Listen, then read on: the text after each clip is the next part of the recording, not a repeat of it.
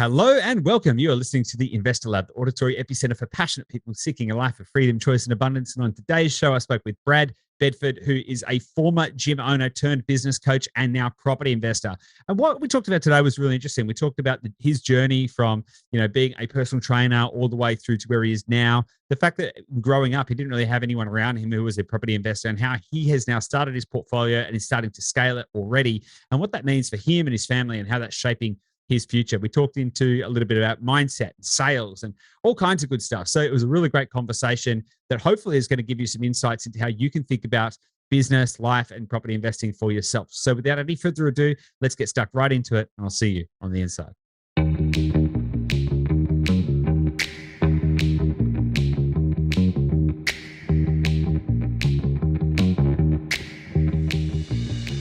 Hey guys, welcome back to the Investor Lab. Joining me on today's show is Brad Bedford. Brad, how are you?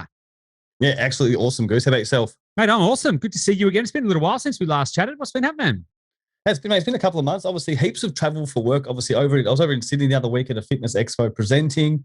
I settled on my first property since we last spoke. Yay! And obviously getting the next one. So exciting times ahead.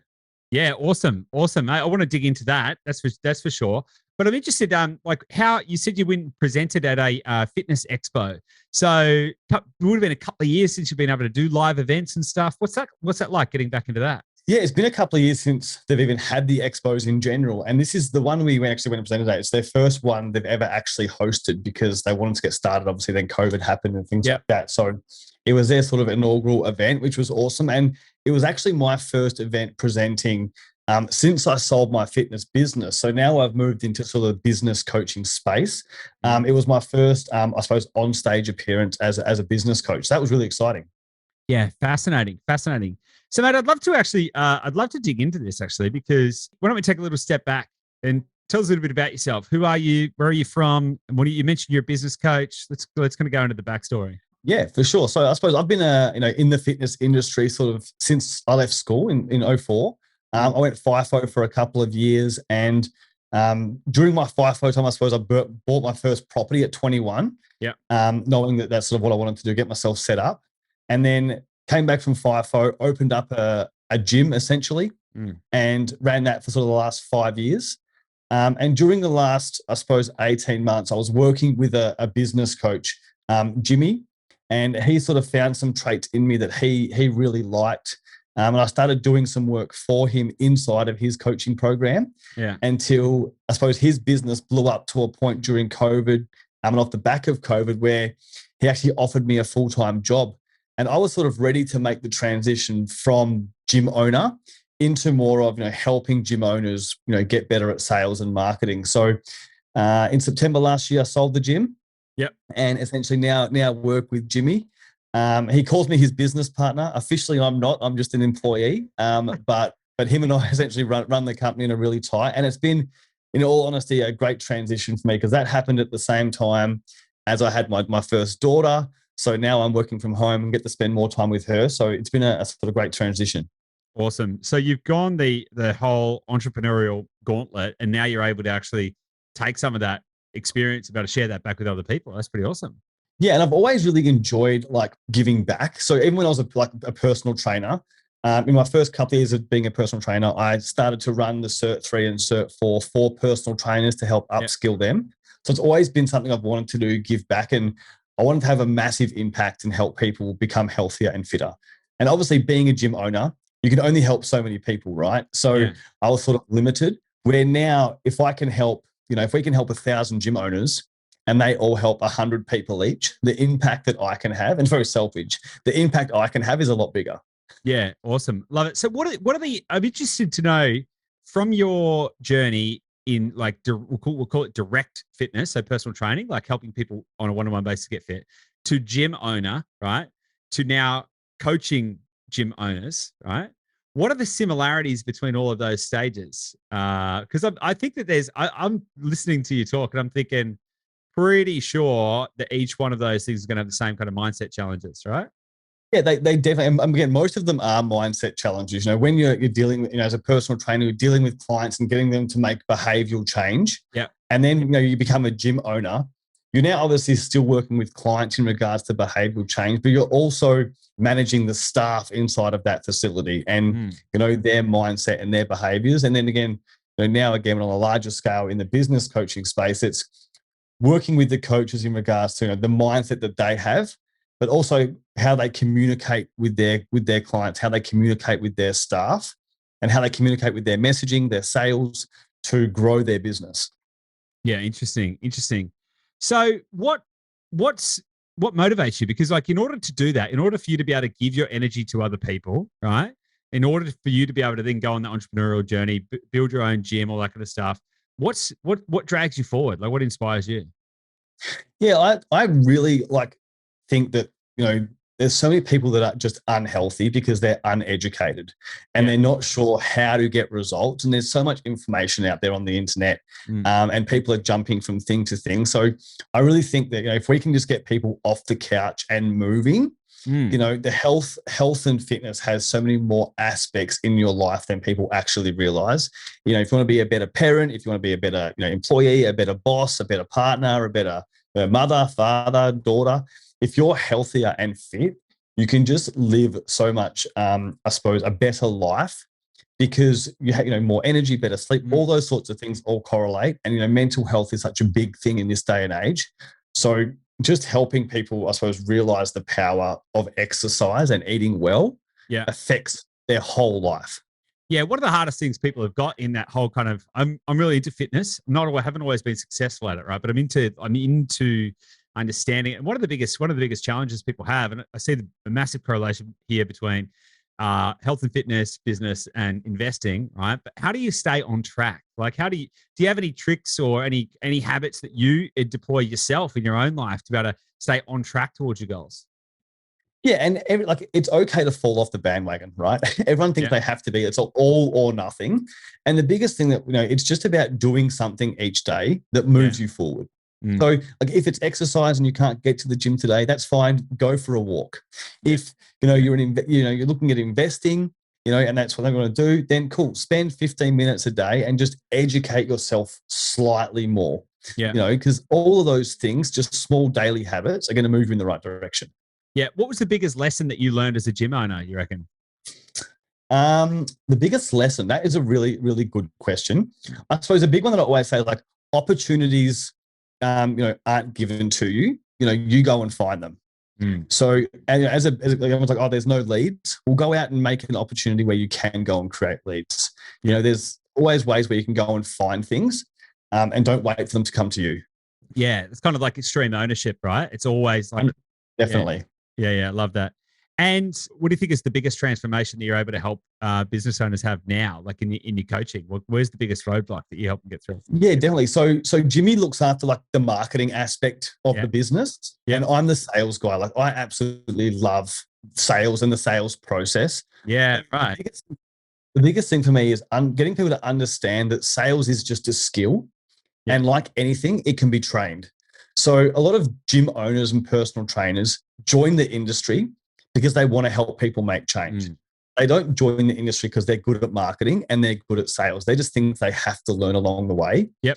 So most trainers are very, processed focused. They understand that, a squat, a deadlift, all these exercises are just skills. And if you practice, you'll get better. So it's getting them to realize that sales is exactly the same. The more time you spend practicing sales as a skill, then you can get better at it. And obviously, if you want to help people, you have to sell them into your program. Well, everything in life is sales, right? This is definitely. This is the thing I think where a lot of people go wrong. A lot of people hear the word sales, right, and they think, some kind of slimy kind of, they think they have this idea of sales as being this thing that it's not. To me, sales is everything, right? Everything you do in life, you're selling someone, right? Whether it be like me trying to convince Gabby that we should have, a certain fish and chips for dinner and she wants Indian or whatever, right? I'm selling her on the fish and chips, I'm like, all right, it's going to be good. It's going to be healthy, whatever, so everything in life is a sale. And I think that part of the joy about that is the communication and the connection that you get to have. It's not about a lot of people think sales is getting someone to pay for something, but actually a transaction is something that sits outside of the actual sale. The sale is a transformational moment that happens between two people where ideas change and energy gets shifted. I think it's awesome. Yeah, definitely. Especially in the fitness space. Like if you can help someone realize that they have, problems and they may not even been aware of some of the problems they were facing. Yeah. And then you can give them a solution. How is that sleazy? How is that something that you don't want to do? If you want to help people, it's something that you have to do and have to become good at to obviously have a bigger impact. Yeah, I think you hit nail on the head there, because it's like, because I'm sure everyone's experienced had a sales experience where they've dealt with someone who has not behaved in a way that is someone that you want to hang out with. But realistically, if you've got a solution to a problem and somebody has that problem, and you say, "Hey, I've got the solution to the problem. Would you like the solution?" It's not that hard, right? So, see, and that's the thing where when people don't have the sales skills, they think it's sleazy because they start trying to just sell the product. Yeah. Where if like anything, if you show someone the solution to their problem, that's a smoother process. You become like, I say, you want to be like a problem finder and a problem solver, not a product pusher. I love that. I actually have that written down. Yeah, I love that. Big difference. Yeah, 100%. So, okay, so that's awesome. So you're able to now, and the cool thing, what I love about what you're doing now is you're able to you're helping other people. You're sort of like going exponential with your impact, right? So you've gone from one-to-one impact, which is personal training. Then you've sort of gone one-to-many, which is like, okay, I'm going to have a facility. I'm going to impact my team. My team are going to impact other people. And now you're actually going exponential because you're actually able to impact other business owners who are then able to then go and spin that out and spin that out and spin that out. So that's awesome. I love that. So when did you start getting interested in property? I suppose I've sort of always been interested in property. Like my first, obviously, big investment was 21. I bought my first house, and literally it broke the bank. Every cent I had, I sold everything I could to get a property with my partner at the time. Yeah. And I've always, when I was flying flight, I always was interested in property. But I suppose I was never in a position where I thought I could become an investor, because I always, saw these people getting stuck at one property. Everyone had one property plus one investment. And I was like, well, I don't really see the benefits of that. And again, I wasn't educated well enough at the time. So when I sold the gym, and obviously I'm now with my partner, we bought a property ourselves. And I was like, okay, I really want to get into investing and looking at opening up some other revenue streams and start thinking about more long-term investments rather than like, how can I make some quick cash here and there? Yeah. So I suppose probably in the last 12 months, it's become a really, I suppose, a bigger interest for me, until sort of, I think it was 5 months ago, I think I reached out to you guys and we started the process to get the first essentially investment property underway. So yeah, I'm really excited about it. And what's your goal? Like, why, you said you got interested in it, you started thinking about, long-term investments and stuff. And that's cool. But why? Why do you even care? Because there's a lot of people out there making good coin and just spending it, So why investing at all? What's the goal? Yeah. And I suppose the way I sold my fitness business, I'm essentially getting paid out over the next 3 years for my business. So I have income coming in every month. And I know the fact that I could just sit the money in the bank account, but it's not going to actually do anything for me. So I was like, how can I get this money to actually work for me and set me up for the future? I always sort of had this goal to be semi-retired by 40 and, be advising businesses and sort of, doing what I'm doing now, but I suppose more of a part-time type role. Not that I think that would ever happen because I love what I do, but I wanted to have other revenue streams to sort of set me up, when I'm 45, 50 and 60, where I don't have to be working like my parents did until they're 65, and they're flogging my guts out. Yeah, totally. And it's quite interesting as well that you touched on there. You probably won't go part-time because you love doing what you're doing. Part of it is just getting to the point where you can choose that, right? You're correct, exactly right. Yeah, you probably still keep doing exactly what you're doing. It's like, you look at Bill Gates, for example, he obviously didn't, for a very, very, very long time ago, he didn't have to work ever again, but guess what? He continued to do so, right? So, that's really cool. So before you started to go on that path of like, okay, now I want to like start thinking about how do I build a portfolio and how do I make bigger, longer term bets?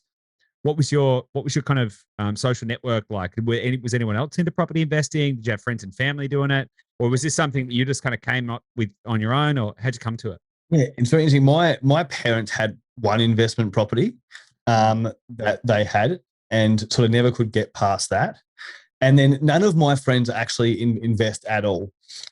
It's just that I got speaking to Jimmy, who's obviously my boss now, and we jumped on a call with Charlie, who we do some work with. Yep. And He's Charlie was been on the speaking about podcast plenty of times. Yep. Yep. he has. And Jimmy was always speaking about his portfolio. So I just started to pick his brain a little bit. And then I was like, okay, my financial obviously situation changed. And the first 5 years of owning a gym owners don't get paid very well. So I was never in a position where I had, any free flowing cash. My wife was the breadwinner for years. So my cash started to free up a bit. And obviously with the sales, like, okay, I'm now in a position where it's worthwhile investing my time because there's an outcome that can come from it. Where if I started looking at it 5 years ago, the return on my time researching it would have been so far in the future. So I just spent my time acquiring skills that were more beneficial at that time. So now that I've sort of got the financial position where I can go and invest, I've sort of heavily started to research and look into it and just speak to more people that essentially are older than I am that have looked at investing or started investing, just to pick their brain and get some tips. Yeah. And what have you learned from picking those the brains of people that are older and people around you? What have you learned out of that? I think a big thing is, like, I would say 90% of them have always been stuck at one property. Yeah. Well, I'm happy to say that in a couple of weeks, I'll be on two properties.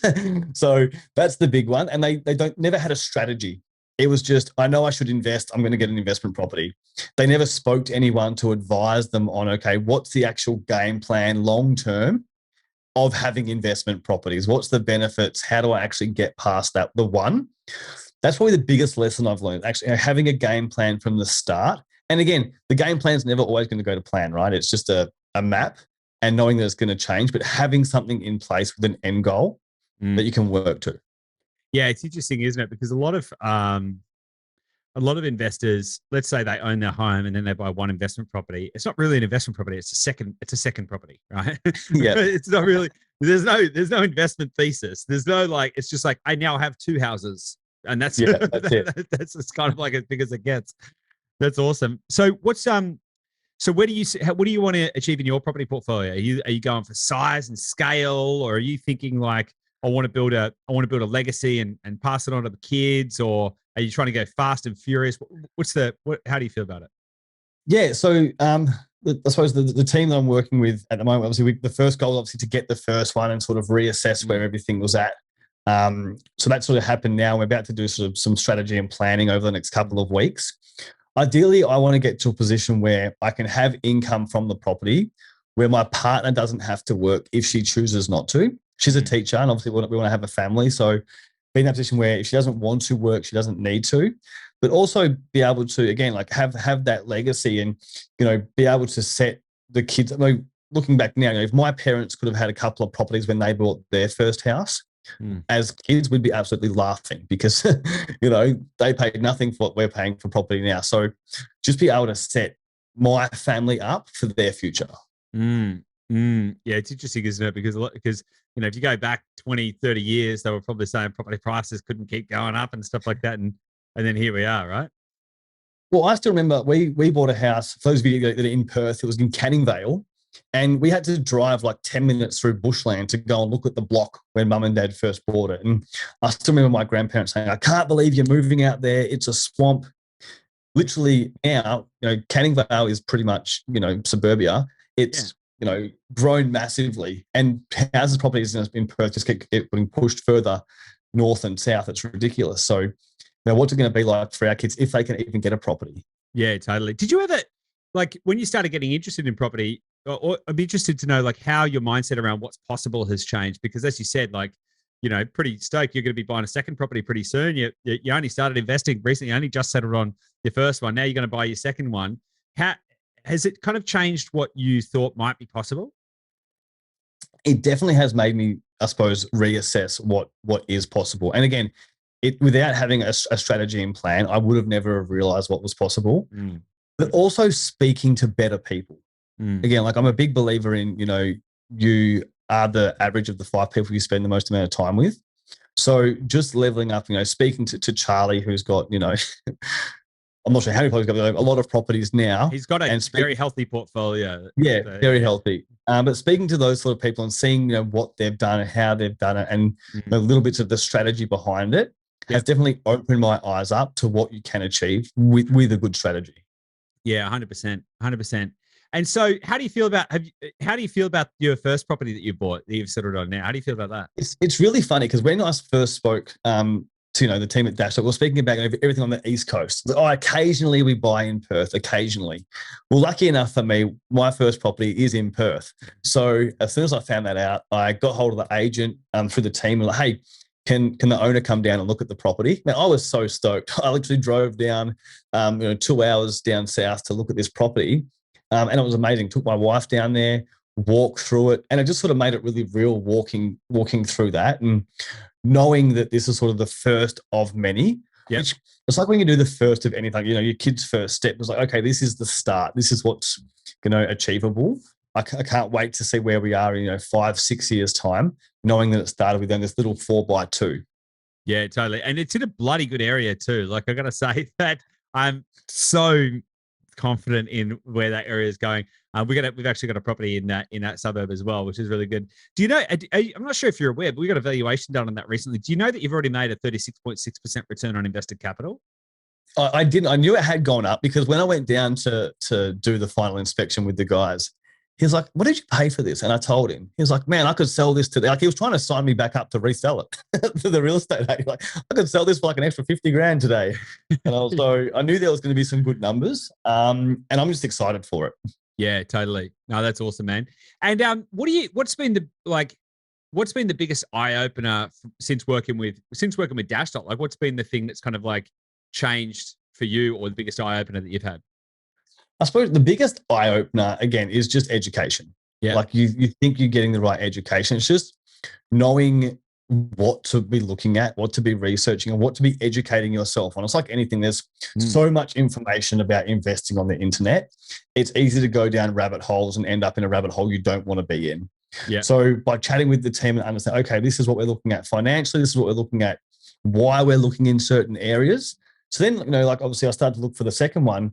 I've already started to sort of do some looking. What areas do I like? What's sort of happening, especially where my first one is, to make it a good opportunity. So it's just knowing what to look at and then having qualified people to chat to about my ideas. And again, someone's like, Brad, that's a stupid idea. And someone, oh, that's really good. It makes sense. So just having that person to bounce ideas off. Nice. How do you think that this will change the way? Because you mentioned earlier, like, imagine if your parents had bought a bunch of investment properties, when you were younger. That would have massively, not only would you and your family be in a different position, right?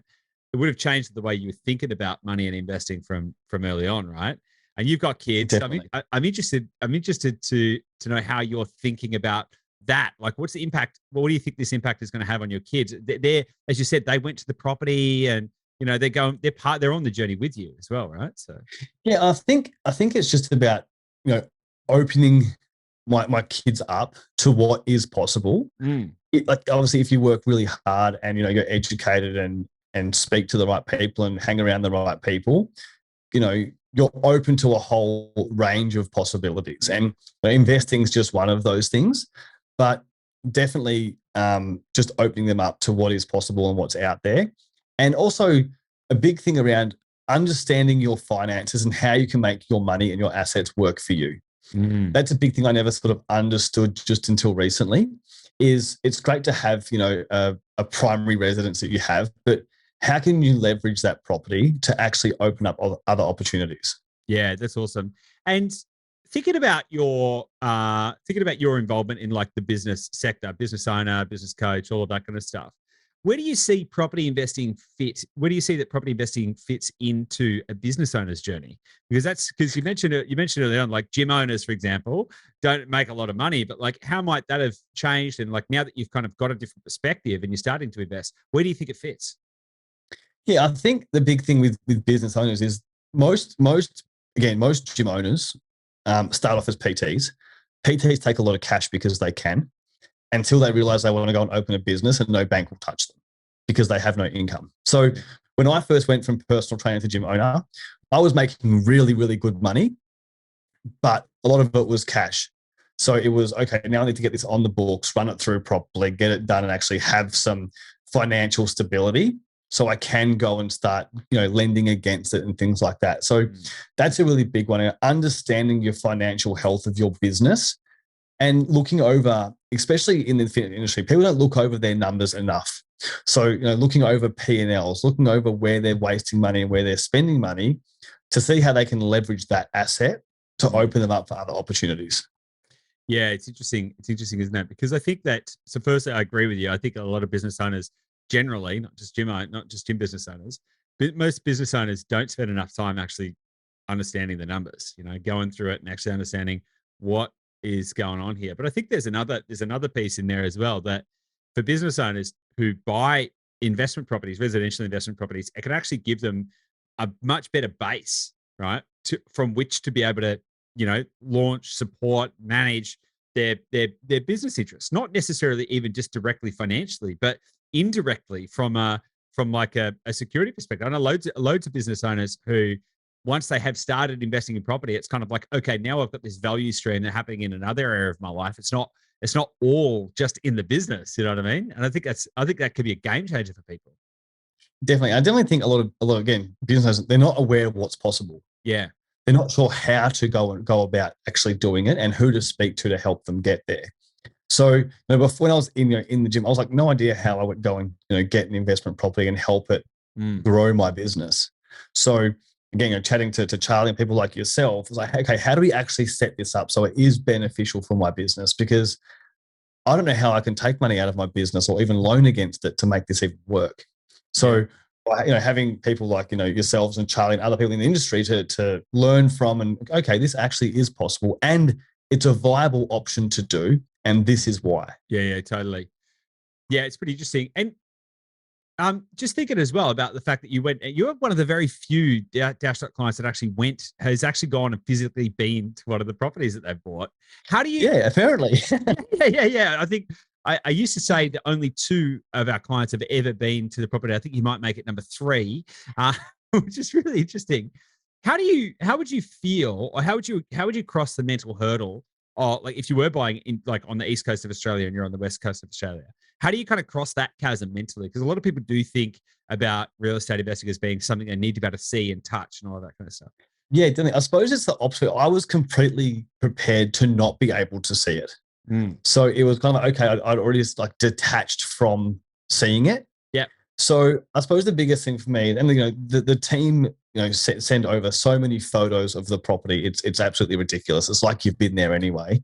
And the communication with the building inspectors and everyone that's going through the property. As long as that, I think that's there, then it won't be as big an issue. I suppose where most people would think the really big hurdle is they see a couple of photos that you get on the ad for the property, 5 or 6, and that's all you get. That would cause me a bit of anxiety. Yeah, fair enough. Because half the time those photos could be pretty. I've seen some pretty photoshopped photos.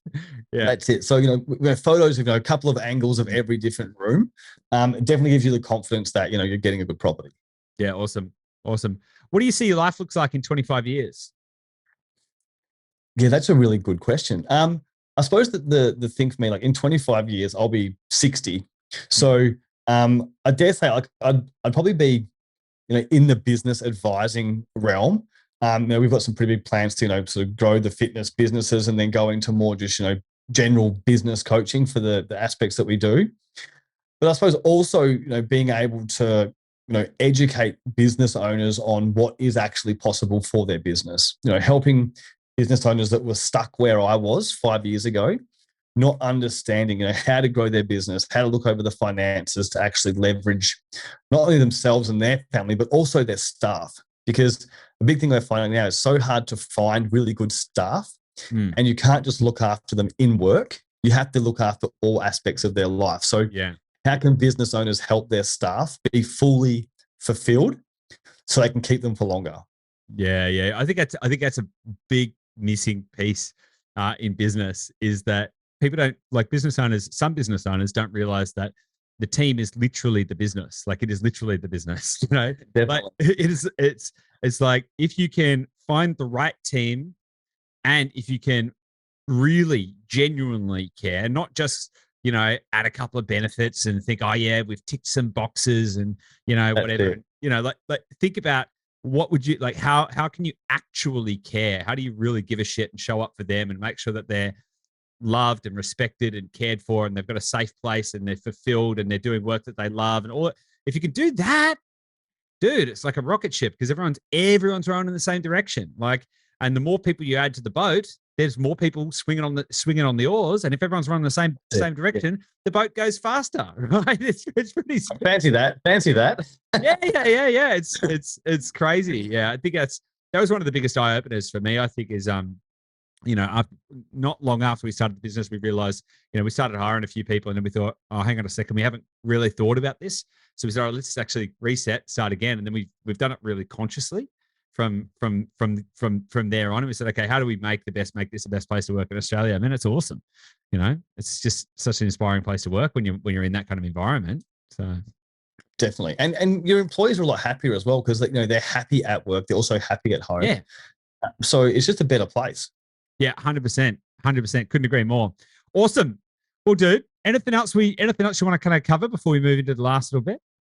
No, that mate, obviously absolutely loved it. It's been a great chat. And, you know, again, the team at Dashdot, again, like communication is massive for me. And I'm the guy that likes to pick up the phone and have a conversation rather than bounce back and forth on emails. I don't read. I don't enjoy reading. So I skim emails. I miss half of everything. So obviously like jumping on a call is a big thing for me, which the team has been absolutely awesome about. And again, it's the one thing again with, you know, business owners, gym owners, people in general. Once you understand someone's communication style, it makes life so much easier. 100%. Yeah, because everyone communicates in different ways, right? Some people communicate by short text, some long emails, some only phone calls. You know, all of that. That's it. Yeah, working out all those quirks and working out how to communicate effectively is the key. So, mate, I want to ask you one final question before we wrap it up for today, right? So, imagine it's your last day on Earth, right? Many, many, many years into the distance, 50, 60 years often in the distance somewhere. It's your last day on Earth. You've achieved everything that you wanted to achieve. You've done all the business advisory stuff. You've helped thousands, millions of business owners around the world to live more fulfilled lives, create better businesses, have a huge impact.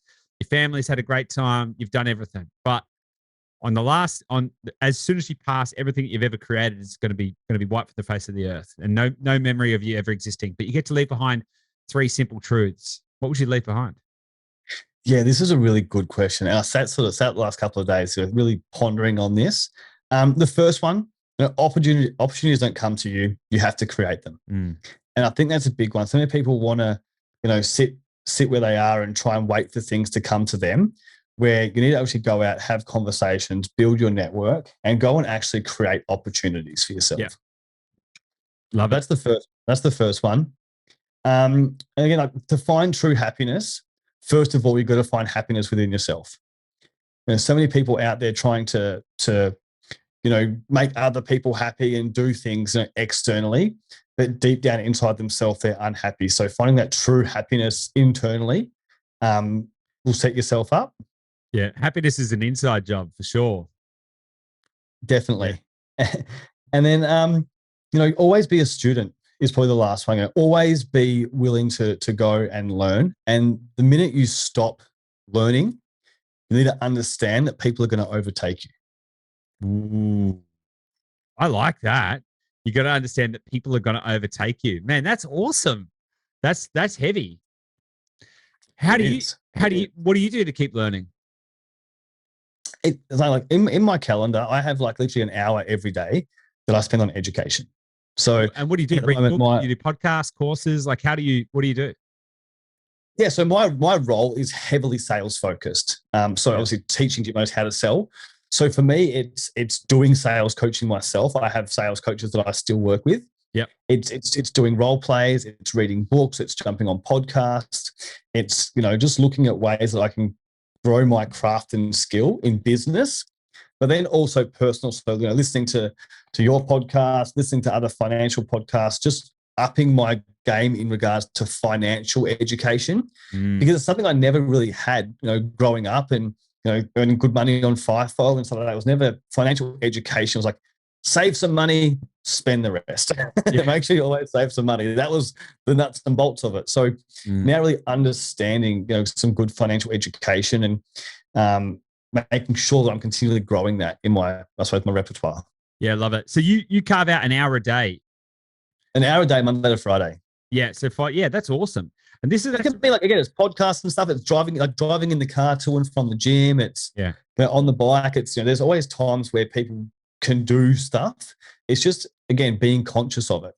Yeah, you got to make that conscious choice. I think this is really good just thread to pull on for a second, because you're right. And I think what you said there about, keep yourself, if you don't keep educating yourself and if you don't keep growing, you will start to fall behind, right? And if you want to get ahead, if you want to be a winner, you should only be really competing against yourself. But if you want to be a winner against your own potential, the best version of yourself, you need to continuously focus on improvement and growth and learning and all of that kind of stuff. But it is a conscious choice, because I'm probably, one of the things that I do is if I go for a long walk or whatever, I'll listen to a podcast or an audio book. So I'll probably consume, I reckon, thinking about it, probably an hour's worth of educational content 5 days a week as well. So it's a good thing to kind of think about how can you get that in your life. Love that. Well, another thing is things change. If you stop educating yourself today, let's use Facebook, for example. If you stop educating yourself today on Facebook, in 6 months' time, the knowledge you have is outdated. Yep. So people that are still using the platform or educating themselves have a far greater advantage than you do, because things have changed. Yeah. So you need to constantly be learning, because as we know, everything evolves. Yep. Love it. Love it. Mate, awesome. Loved our chat. Thanks so much for taking the time. Really appreciate it. Good to see you. It's been a pleasure. Thank you.